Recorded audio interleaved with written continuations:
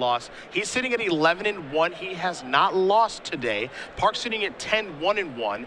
This match obviously has top 8 implications, also has Pro Tour Journey and Knicks implications, but Major's up a game here with the Storm deck against Park. What do we think about this matchup? Well, typically Splinter Twin's actually been a very difficult matchup for Storm because Storm can't interact with Twin's God Draw. Like, all it takes from Twin is a hand of 4 lands, an Exarch, a Twin, and a Dispel, and Storm can't beat that. Okay. So I have not liked playing this on the Storm side in the past. Now, watching Michael Majors a little bit earlier, as we did, he was very, very impressive against Froelich. He obviously has a very strong understanding of how the Storm deck works. Not surprising to see him not lose so far today, 11-1, chasing down a Pro Tour invite. Yeah, the thing is that Twin has so little investment in its combo that it plays all these offensive counter spells, especially if you're straight Splinter Twin, none of this tempo stuff, which is, I believe, what Park is playing. Yeah, he's on Tempo Twin. Yeah, let me take a look here if we have any green cards. We've got like 4 Exarchs, you've got 2 Pester Mites, and he's doing some other things too. He's got Click, he's got Snapcaster, Spellskite, and stuff like that. So yeah, he has Bolts, Remands. Yeah. So a little bit of this, a little bit of that. Obviously, he's still trying to twin people out of the game, but he's got 4 Splinter Twins and only 1 Kiki, and then 6 actual twin pieces. So he gets to play a little bit of a different game, which may have actually led to his demise in the last game. Yeah, Tempo Twin's much worse against Storm. So these cards like Lightning Bolt are not relevant in this matchup, whereas regular Splinter Twin plays just like a bunch of Dispels and Swan Songs, which incidentally are all insane against Storm. He's not playing any of those. So this is more of a combo race. Now, Majors obviously is missing land drops here, and you've got Deceiver Exarch that's going to show up to the party and tap a mountain, and this game might be over before it even started, as Majors is going to play Mr. Rainforest and pass the turn back. Park very quickly untapping. He's going to play a land. He's going to cast a Splinter Twin. Game 2. Game 3, I think. Yep. Yep. All right. It is so game 3. as we saw Code Dennis keep a 1-land hand too, and this isn't just a bunch of greedy Storm players. This is because of Storm's abundance of rituals. There are a lot of 1-landers that you really can keep in the matchup. Now this begs the question, and it's been a bit of a debate recently on the old interwebs. Which version is better? The Pantheon, obviously, John Finkelkai, Bud, Tom Martell, a collection of the best players that have ever played Magic, advocate the 16-land Desperate Ravings 4 Goblin Electromancer version. That's exactly what Majors is working with. We also saw Dennis yesterday. He had mana troubles. Majors obviously doesn't play a second on that game, versus the Andrew Shrout version of the deck with 3 Electromancers, Faithless Looting, more lands. Right. Is one better than the other? I mean, well, we obviously look at someone get mana debate screwed. among the combo community, I would say. Well, there are lots of different. Sure, there are a lot of different ways to take it. I've had I think everybody has their own opinion on Storm. I personally like my Storm decks to be fast. I've been I'm willing to play cards like Pyromancer Swath a lot of the time. However, there's something to be said for the inevitability that this 16-land Desperate Ravings version brings. So there's an argument for both of them, I would say. Obviously, it's easy for it to stick on your mind when Majors doesn't need a second land and saying, oh, should we play the Shroud version? That wouldn't have happened. He's got more lands than Faithless Looting. Make sure that doesn't happen. That doesn't necessarily mean that that's true. Well, I mean, that's an unfair way to put it, because that'll affect your mulliganing decisions. Like this, you aren't locked into having to keep 1-landers, for example. That's true. So you could have just looked at Major's hand and mulliganed it. If you don't want to sometimes keep a 1-lander and not draw another spell, don't keep 1-landers. I suppose there's no rule that says you need to do that. You're right. If there's a rule that says you have to keep 1-landers, then Faithless Looting is better than Desperate Ravings.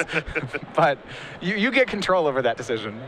We were being told on Twitter, the winner of the 2008 Worlds, There we go. Yes. Thank you. I watched the match. I was like, oh, I know. I was actually in Memphis that weekend too. I remember specifically about it. If you ever look at the coverage, he showed up with one of the most excellent outfits for the tournament.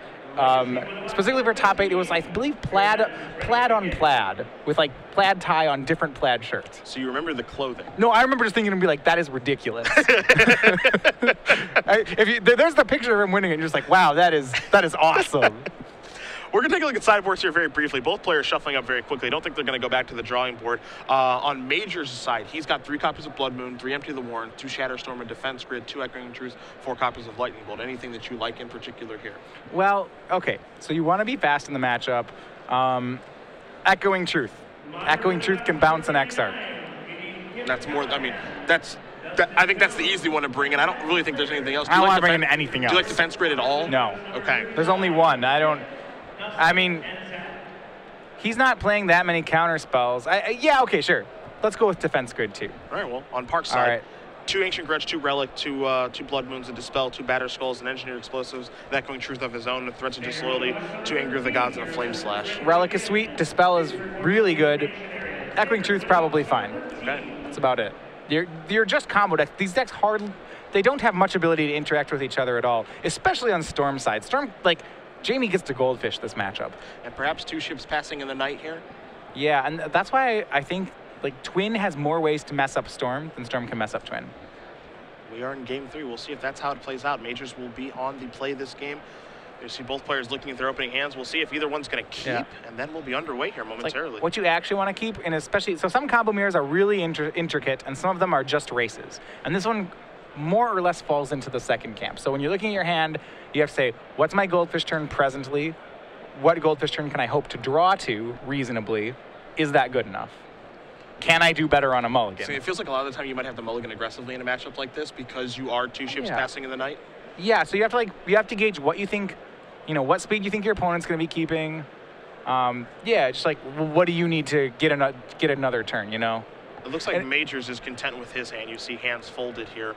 Park is the one that's deep in the tank. It's why Majors may have kept his one-lander. Because so say in that last matchup, he had a hand that he's like, if he hits a land on turn 1 or 2 is a turn 3 kill. Okay. That's pretty common in Storm, because Storm sometimes can do turn 3 kills. It's not a turn 3 deck, but it has turn 3 draws. And I would keep that all day in this matchup. Because turn 3 on the draw, turn 3 is what you need. So you're 1 card away and a card's a land? Like, great, let's do it. Jamie, after much deliberation, is going to keep. We're underway here in game number 3 of round 13 between Majors and Park. He's going to start off, Will Majors, with a Scalding Tarn. 4 steam vents. Majors goes down to 17, and we'll see what kind of cantripping we'll see. Yeah, it's going to be a cantrip of some sort. We just have to see what speed he's on. There is the danger, once again, that Jamie actually can disrupt Majors' plan. It's a Gataxian probe. Well, now he'll know. What did you keep, Jamie? You see a Serum Visions, an Exarch or 2. Looks like a Snapcaster Mage, a Relic, and a couple of lands. Yeah, I believe it's 2 Snapcasters, an Exarch, a Serum Visions, and a Relic. So he's got Disruption in the form of Relic. He's got half his combo. He's got a way to try to find the second half. He has these Snapcasters. I think that's the worst part of this hand. Yeah, me too. Because the matchup is such a race, Snapcaster is pretty weak. It's only going to be good if he finds a card like Dispel that he can Snapcast. Otherwise, he just doesn't have time to Snapcast things unless he's actually embracing a control role. So Echoing Truth with the draw for Majors. Now he's going to sleight of hand. Pyretic Ritual and Shivan Reef are the cards that he's looking at here. I think it's a pretty close keep by Jamie. That's why, obviously, the deliberation, because Snapcaster Mage is probably the worst card in his hand. He has 2 copies. Yeah, well, like I said, he has to play this hand. That hand of his says he wants to play the control role, and he has to find that Dispel or that Spell Pierce or whatnot in the first couple turns. Like, that's what he has to Serum Visions for. It's not the combo. Like, to get the combo, he needs to find the twin and the second red, and that's probably too much. An Island and a Serum Visions is where things are going to start for Park. He'll draw a card, and it's time to scry. Question for you very quickly. Yeah. Do you prefer starting with Serum Visions or Relic of Progenitus on turn 1? Serum Visions. You need your action immediately. Relic is not, you're not going to beat a turn 2 anyway. Okay. You might need that Dispel as soon as you're going to need that Dispel, when you, on turn 2, when you make a land and pass, you might need that Dispel that turn. Okay. Because Michael Majors can turn 3 you, and the only way you can get the Dispel on the turn you need it is to turn 1 Serum Visions. Goblin Electromancer comes rolling off the top here for Majors. Yeah. Here's the danger. Jamie can't remove the Electromancer. Yeah. That's terrifying if you do that against him. You're just going to let him have an Electromancer all game? And, the answer is yes, he is. Gataxian Probe. So see what he hit. He hit a Remand and no. So he had a land. He drew a Remand off that Serum Visions. This is one of the situations where Serum Visions is actually a little trickier than Preordained because the real prize is the card that Jamie kept on top, and we just don't know what that is yet. I don't think Majors had another land, but he drew one off a Gataxian Probe. It's a Scalding Tarn, so he's going to take a little bit more damage. Okay, I like that style. You lose game 2 because you kept a 1-lander and didn't hit, so game 3 you keep a 1-lander on the play. Can't let it affect you. Yeah, well, if 1-landers on the draw don't get there, we'll have to try them on the play. Majors, probably going to drop down the Electromancer. There it is, and as you mentioned, this is the terrifying part. There's a walking Electromancer out there that we don't think Jamie Park can kill. If he kept a 1 land on the play, that makes me believe that he's got a turn 3. Yeah. Because I don't think you'd keep a 1-land on the play unless it was a turn 3. Park with an interesting draw. Draws a copy of Spell Snare for the turn. Okay, so that was the card he was bad. He kept top with the Searing Visions. And it was important that it was a Spell Snare or a Pierce or a Dispel because it needs to be 1 mana so that he can cast it this turn and again next turn. Yes. Like, he needs to have that level of disruption. So now Park's going to kind of analyze some things because, the easy turn for him would be, okay, I'll play a land, I'll play Relic Progenitus with the mana up, and I can bluff the fact that I can activate this and then have Spell Snare at the ready as well. We'll see if that's the route if he's going to go or not. But I agree with you that, that card had to be a Spell Snare or Dispel or something of that. A 1 mana permission spell was huge there for Park. I think what we'll see him do is play this Relic, keep a mana up, so that if a Past in Flame starts, boom, he can hit that. The danger is so you don't know when you want to Spell Snare because you don't really know if they're going to Past in Flames this turn. And you don't have mana to do both. So you can't Relic and Spell Snare. And unfortunately for Park, he doesn't have information on what Majors has in his hand. He does not have Gitaxian Probes in his deck. Yeah. Gitaxian Probes is one of those cards that I really like in combo mirrors. He has a peak. He has a 1-of peak. It would be a great card for him to draw. I don't even think he'd have time to cast it. The fact that it costs 1 instead of 2 life is just too expensive right now. Now, something subtle here that Park is doing that I actually really like a lot is it would have been very easy for him to just go, land, Relic, go. And just take his turn very quickly and pass the turn back. I like the fact that he's deliberating a lot because that means that he is thinking or showing that he has something. Now, of course, we know in the booth, just like you guys know at home, he drew a Spell Snare. But by not just quickly taking his turn, he's really just giving Majors a lot to think about by just sitting here and thinking for a while and just basically plotting and planning his next moves. If you're Majors, you want to go all the way down the line. You want to look at Jamie's hand and say, okay, he kept a card on top. What kind of card would he keep on top? It would either be a combo, but that's probably not good enough.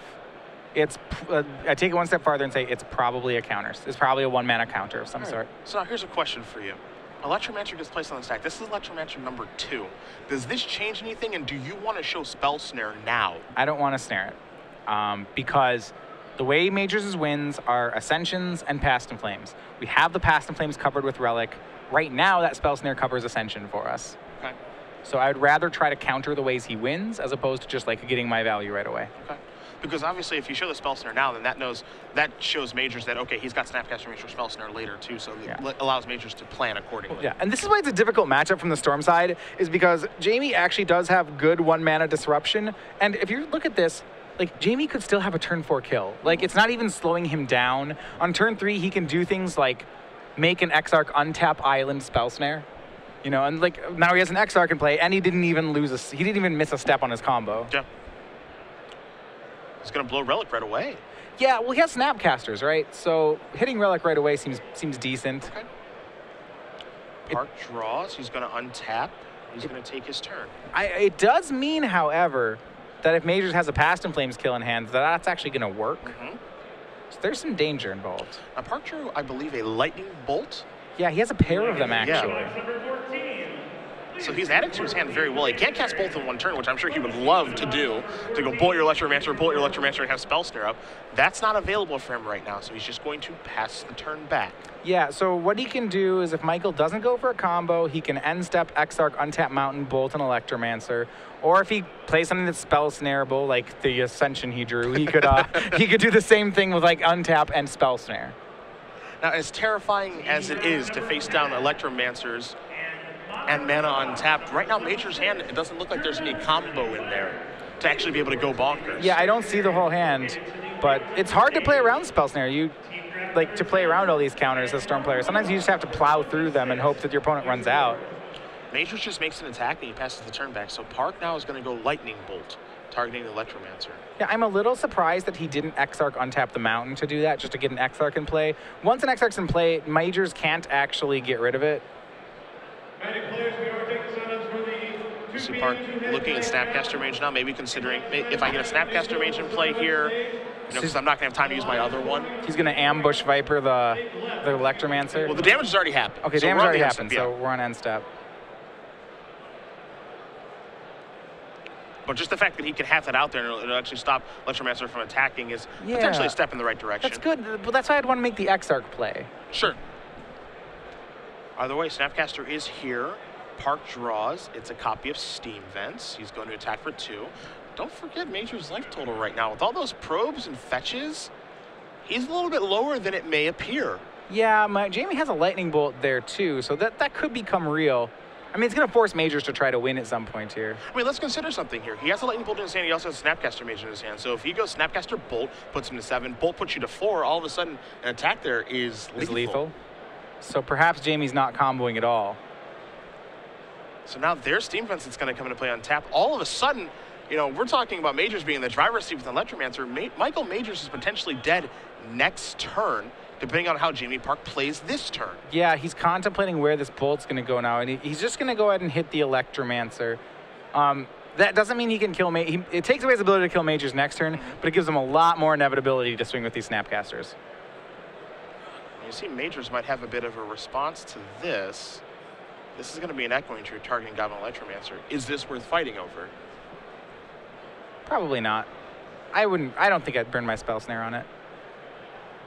It's what I mean. He's burning another card, so you can have more. Like the 2/2 is not actually that big of a problem. And Michael will have to use mana to recast it, which is really terrible for the Storm player.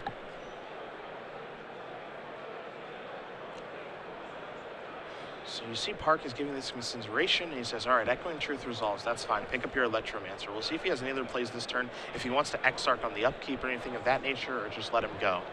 He's just going to let him go. No reason to Exarch right now.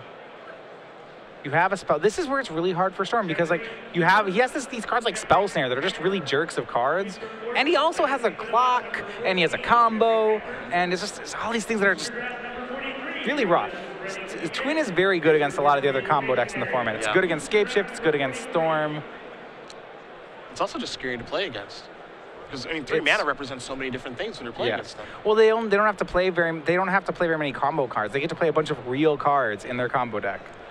Which, you know, like, Majors is playing Desperate or like Pyretic Ritual. That's not actually a real card. Yeah. It doesn't do anything. Majors is doing something that's scary, however. He's doing the tapping of the table and the counting. Yeah, I mean, Storm's great. But, you know, I mean, Snapcaster Mage versus, like, Goblin Electromancer, right? They both are 2-drop creatures. One of them is a lot more powerful. So Electromancer will come onto the table. It looks like Park is okay with letting that resolve. We'll see if Majors has any other plays this turn. I mean, I think Majors wants to start with, the problem is, like, he could start with a Ritual. It's so tough because Jamie has the Snapcaster Mage for the Lightning Bolt to take care of the Electromancer again. Like, ideally, Majors would start Ritualing here. He could, if it wasn't for the Spell Snare. He's going to catch Remand with the Electromancer. So what I think Majors is going to try to do is say that Electromancer lives, right? Okay. And there's no bolt because Michael Majors doesn't know about the second. No, he does know about the second snap. But what he could do if he untaps so that he can Ritual once, get a Spell Snare, he can Ritual again, and then he can start a chain into Past in Flames and win. Here's an attack for 2. Park to a Splinter Twin, so he does have the lethal combo in his hand. Well, I mean, that's just great because you can just green light the combo against Storm. Yep. They don't interact. They play 2 Echoing Truths. I suppose they can Echoing Truth. He's already burned one of them. He's already burned one. Yep. Jamie Park is getting ever closer at 10-1-1. And looking in very, very good shape this game to going back to the Pro Tour. You see, he's going to take his time. Wants to make sure all the variables, because, you know, in a situation like this where, you know, he's got all the tools that he needs in his hand right now, he just wants to make sure that he doesn't make any missteps. Right. We will see. Now, does he want to Exarch on Major's turn? You know, Storm doesn't have a lot of lands in their deck, so on the upkeep, he could tap down Steam Vents. Yeah. That prices Majors into only casting Electromancer for the turn. There's a lot of different things he can do. I think that's too, like, I would end step the Exarch. Yep. You don't need to be that aggressive, but he's going to go ahead and do it. I don't know. I almost wanted to snap Lightning Bolt here instead, but we will see. Like, if Majors draws, Majors needs a lot. I was going to say, yeah, Majors would need 2 lands. The Spell Snare should have all Majors' outs covered. I was going to say, if the Spell Snare may just be enough protection to get the job done. Yeah, if Majors had another land in play, this wouldn't work, because then he could make a 4th land and make 2 rituals and start a chain, and you couldn't snare them both. But yeah, the Spell Snare should have Majors covered. And we know that on the untap, Jamie can go for it, unless Majors finds a Echoing Truth. Yeah. So Park, again, does play the Deceiver XR on Major's upkeep. Taps the steam vents. Major's going to take a look at his hand, take a look at the graveyard, see if there's anything he can do to get himself out of this. Doesn't know that Park has Splinter Twin in his hand, but we do, just like you do. So can Michael Majors work his way out of this situation? This is a Goblin Electromancer. He passes the turn back. Park is going to Spell Snare that.